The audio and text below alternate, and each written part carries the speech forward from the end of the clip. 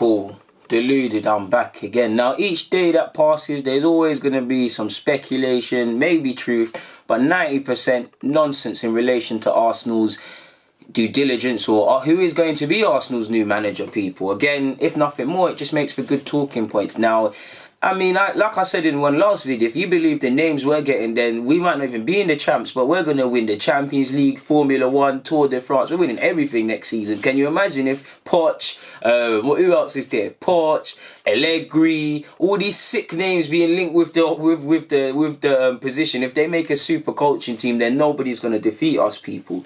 Realistically, as said already, I'm sure you will know we're not going to get Pochettino unless the club was going to fork out about plus 10 million to get him mid-season. Brendan Rodgers, maybe in May, that could be something that could be reviewed if he digs his heels in and is given the opportunity to manage a top 6 club. But right now, there's no reason for him to leave Leicester being midway through the season. And to be honest, for him, it wouldn't make much sense, because if he comes to Arsenal mid-season and he goes through the same nonsense, trying to find who's the best team and all of these things, it'd be a year wasted on his CV, because he might not win nothing necessarily at Leicester, but if he, on top of what he's done at Celtic and previously, if he gets Leicester Champions League football, again, I'm not saying winning the league, but based on where they are mathematically, they seem to be the only ones right now, them in City, challenging Liverpool, doing what he's doing. If he gets them a second, third place finish, what does that say about him? That's a terrific season. Then he can leave with his head held high and whatever, if he did want to leave. But it looks like that's going to cost about 13 million or so. Apparently the club had reservations, like myself really, about how he manages bigger talents and how he handles certain individuals. His coaching's never been in dispute. So there's that. Allegri, apparently, between a poor interview last season, between coming across as arrogant and barely coming to grips with the English language. I mean, it can't be worse than Emery's, no disrespect, because I've heard Allegri speak good basic English, in my opinion. He's not in it. So if we're realistic, there's about 3 managers not being ruled at it. And I mean, if you actually, I'll bring up the tweet I found, but apparently, obviously, because of how we are as a club and the financial because of the financial issues, there's not much we can manoeuvre in getting a top coach. Apparently, we're looking at trying to give someone 4 million a year, which Emery was more or less on. Now, that is dramatically less than what you'd imagine the top coaches earn. I mean, look at Jose's, for instance. But yeah, we've been linked with Marcelino. He's said to have impressed. Apparently, both parties have contacted each other, and he said to him both impressed Arsenal. Now, I'm not going to lie, when people mention Marcelino, I don't think he's a terrible manager. Like Emery, I'd give him time, but I'm not really convinced with that one. Don't get it twisted. I'm sure he's done some good work in his time. I'm sure at Racing Santander he finished 6th place or something like that. He either got to the final or won the Copa del Rey for Valencia against Barcelona. Did he help Villarreal get promoted back to the top flight? I don't feel it ended well at Valencia, Villarreal. I don't feel his time at Seville was decent either. Yeah, people. I think he's had mixed success, but he's not a bad manager at all, people. He's really not a bad manager. I'm not really on him, people. Like I said, I've got some notes on the Villarreal job.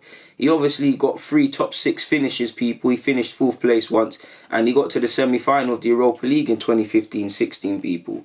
Obviously, there was issues which related to his bust-up over... Apparently, he had problems with players at Villarreal. There was issues over the captaincy and things like that. So, does he manage people well? Is he a good people's person? I don't know enough about him to know that, people. He did... When he was sacked from his Seville job in 2011-2012, he had them 11th place. The Copa del Rey, I believe, is his only significant trophy on his CV. He is a good trainer. He is someone that's able to get across his tactics. From what I see, I have him down as a variation of a 4-4-2 man, similar to what we've seen with Ancelotti to a degree at Napoli. I'm not convinced by him. It does stink of people bringing their pals back into the game and whatnot, specifically Raul Sanllehi, but we'll see what happens. I'd give him a chance, of course. At the end of the day, it's not whether I believe in him or not, it's if he's the man to do the role, which I think he's got ability, but I'm not too sure if he's the man to do it, people. Good thing it's not my thing to decide. But yeah, like I said, apparently we're very good with Marcelino's methods and our reports have been good about him, people. But apparently the Mail said Arsenal's hunt for a new manager is being hindered by a limited budget that is proving off-putting to many contenders. Emery was paid $4 million a year. Arsenal are willing to improve, improve this, but not to the level demanded by the European elite. So you can probably rule out a lot of top coaches, people. Apparently, Ancelotti, where we should get onto, he looks like it's a case of when, not if, he'll be sacked by Napoli. And I think, Napoli are like 7th, 8th place in their league. They've been playing terrible this season. It's been a bit of a circus, just as someone not watching Napoli religiously, but just looking at it. Question marks over the players. The team are playing poorly. Inability to hold leads. Inability to get consistent results. The president is telling players you got to go on training retreats. They're not going. Fans are disgruntled and fans are having busts up with players. It is just a circus, really and truly. Apparently, Ancelotti has a house in London and is open to Arsenal, but 4 million a year, even if we do improve it, is he willing to take that? I think the carrot of managing in London, a top 6 club, and really as a result of failing at Napoli, he's become available. I think he would take it. Whether he wants time to recharge his batteries is another thing, people. But yeah, apparently we are also paying the price for missing out on the Champions League for 3 consecutive years, which this has created a revenue shortfall. That means even reaching the final of the Europa League last year did not offset. I mean, we knew that already. As a result of such financial limitations, Arsenal may be forced to turn to an inexperienced manager to replace Emery, such as Ljungberg, if his spell as caretaker is successful, or the more likely Miguel Arteta. Ornstein's also more or less confirmed this and said, we're unlikely to be able to spend big on a new manager due to financial constraints. As a first port of call, the club are looking for candidates who are available immediately, which in theory, that is obviously Pochettino. But again, you've got to talk with Spurs, because I do believe there's something to do with that. We've got to pay some sort of clause or whatever. Not a clause, but there's got to be something paid that's been reported to them to get them. Not just us, but other rivals in. If we are in financial constraints, if Brendan Rodgers is about 14 million release clause, then you'd imagine Poch to get him at Arsenal would be the same. Regardless of him being available, it could prove too costly. And obviously, yeah, man, it makes sense. Apparently, Men is reporting Pochettino is believed to be open to taking over at Arsenal despite his Tottenham ties, which again I don't think is true at all, and things like that. But you just never know, people. Like I said, Carlo Ancelotti's team are in 7th, so you don't know what could happen. I wouldn't want Vieira as the gaffer, people, as much as I love him, but he's offered his 10 cents on the Arsenal speculation. He said, in relation directly to him, there's nothing to say about it. There's nothing serious, nothing real. I have no comments to make about that. So yeah. So that's the only things in relation to the management at this moment in time, people. So what we need to do is just simply take our time, really, and truly just take our time. Going a bit off topic, but before I wrap this up, apparently Lichtsteiner said on Emery, he said, I'd say he's a good coach, a good trainer, a good coach, but maybe he struggled with the top players, with the big players. He hasn't maybe the relationship to bring out the best performances in them. So that kind of correlates what Draxler was saying at PSG.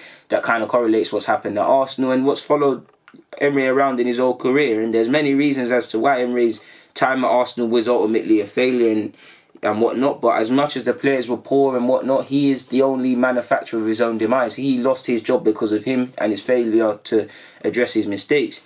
Bielsa has spoken on Eddie Nketiah. Now, we're now in December, people, and Eddie Nketiah has not made a league start in the Championship. I haven't got his statistics to hand, but in the minutes he's played, he's done very well. End of the day, when we loaned him out in August, we wanted it to be at this period where he's played, apologies for spitting there, 10, 20 league games, however many games are played in the Championship, but he hasn't. It's been a good learning curve. I'm sure he's learned a lot under Bielsa, but at the end of the day, minutes are currency. We're a month away from being able to recall him. I think it is a failure of a loan spell. Obviously, playing for a club like Leeds with the fans, playing under Bielsa was probably a good thing, but I think it's been a disaster. Bielsa's opted for Bamford and whatnot. We clearly were hoodwinked by a presentation again. Maybe we shouldn't let loan managers and we shouldn't let people who want our players give presentations, and we shouldn't let prospective new managers give PowerPoint presentations, because we keep falling for it. I've said it already. If I was Eddie, he should have went to Bundesliga. There was hella Bundesliga clubs from last Jan on for him. Top division, you prove you can score 10, 20 league goals at that season in there, in Germany, there's less question marks. I'm not belittling the Championship, because if he did it in Germany, he'd have to show he can do it again. If he does it in the Championship, people are going to sit there and say, oh, can he do it in the Prem? Can he do it again in the Championship? And these are questions he's going to have to answer. But I just feel top level, it would have been good. If he wanted to stay in England, Bristol were there. Bristol have wanted him forever. They've been chasing him. They're still chasing him. You go there, you're going to play games. They're playing young players. So I feel it is the worst. It is a poor mistake from Eddie to pick this as a loan choice. Cowardly by Leeds to more or less hoodwink and lie and whatnot. And the club need to look at the club clearly. Now there's also two sides to every story. As much as I want Eddie to start, I have to say, whether I don't agree with it or not, what is he showing in training or what isn't he showing in training? Do you get it? From the vibes I get from Bielsa, it sounds like Bamford or whoever he opts for gives more to the team in terms of what they do beyond scoring goals. And even if they're not necessarily scoring goals, he'll opt for that, in which goes against Eddie. And we all know Eddie's a good team player, but his general play, while it isn't poor, can improve greatly, people. So it is what it is in that regards. I actually had a piece of paper, people. One sec while I get up. Where is it? Apologies for leaving the base, people.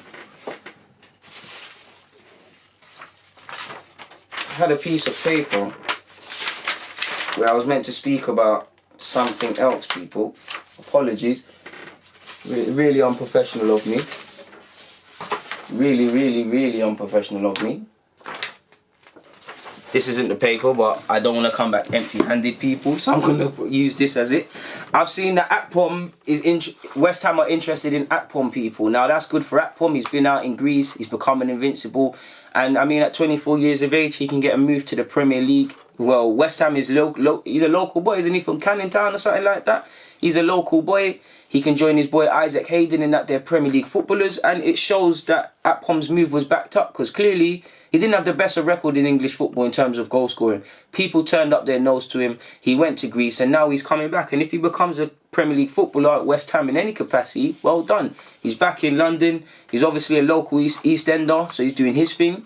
I've seen Jada Silva for Brentford score 3 goals, score a hat-trick in one of their wins. So he's doing his thing. These two former players are doing their thing. And really, we might as well speak about January. Now, it's difficult.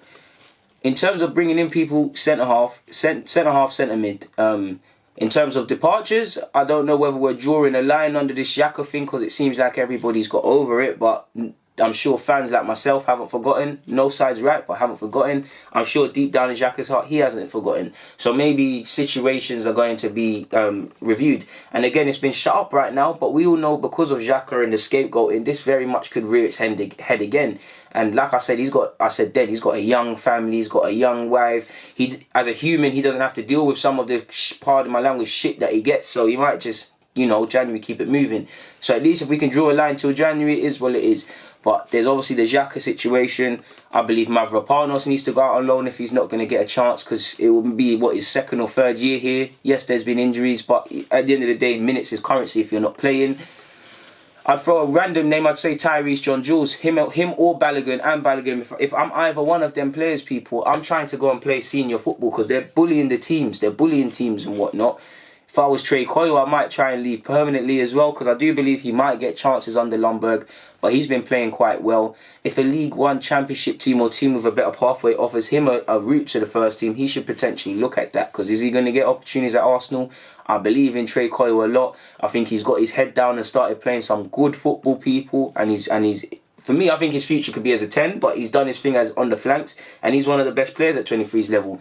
He's getting his mojo back, getting his consistency, and I believe, similar to how I look at Chelsea, if I look at Adjerin, if I look at Xavi Simons, I believe, Lewis Bay, Lamperty. If I was a German scout or whatever, and I'm looking at these English clubs and thinking, Gale here as well, I'm thinking, yo, you're not going to get first team football here. They're not giving you first team football. Let me tap him up. You want to come Germany? You know you're going to play. You seen Sancho? Come, bro. I'll be doing that with Trey Coyle and Balogun, actually, and Tyrese. I believe Tyrese needs to go out on loan if he's not going to play, because there's no substitute for senior football, especially for these young strikers. Now, if Eddie remains on loan at Leeds, or if he comes back and goes somewhere else, one of, if not both, Balogun and Tyrese will have to stay.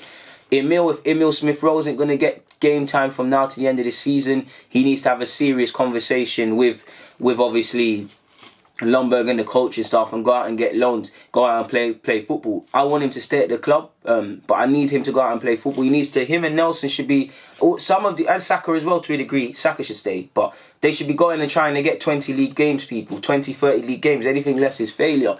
Injuries have been a big part of the last 18 months for him, and it keeps stop-starting. I want him to stay because the injuries, we need to keep monitoring him, and I think he's one of them. He can develop getting chances here, as they all could. But there's also a case for him to go out on loan. Reece Nelson, by the same logic, he started the season starting games. I think it was against Burnley. He didn't have the best of games. He's had injuries. He seems like he's of loss of confidence. I want him to stay for the season. I think he's a big part of this club in some capacity. I believe he's going to have a big future at this club. But at the end of the day, minutes are currency. Martinelli and Saka are getting opportunities and seem to be ahead of him. Ljungberg's spoken about Pepe in training, but Pepe, you'd back him to get chances. There was obviously Aubameyang, who's done up the flanks a couple of times this season and did under EMERY, under Ljungberg now. So there's minutes are currency. These are players that potentially need to keep it moving. We need to bring in a signing. Obviously, the usual suspects. Mustafi probably needs to keep it moving. Socrates, we need to get rid of him in the summer, but for depth purposes, we probably need to hold on to him to the end of the season, people. So I've gone everywhere. We've spoken about management, we've spoken about previous players, and I've offered my notes in who I think should go out on loan in January, people. But yeah, I should have really made them in different vids, but it's made for decent content, I guess. On that note, people, DG, I'm out.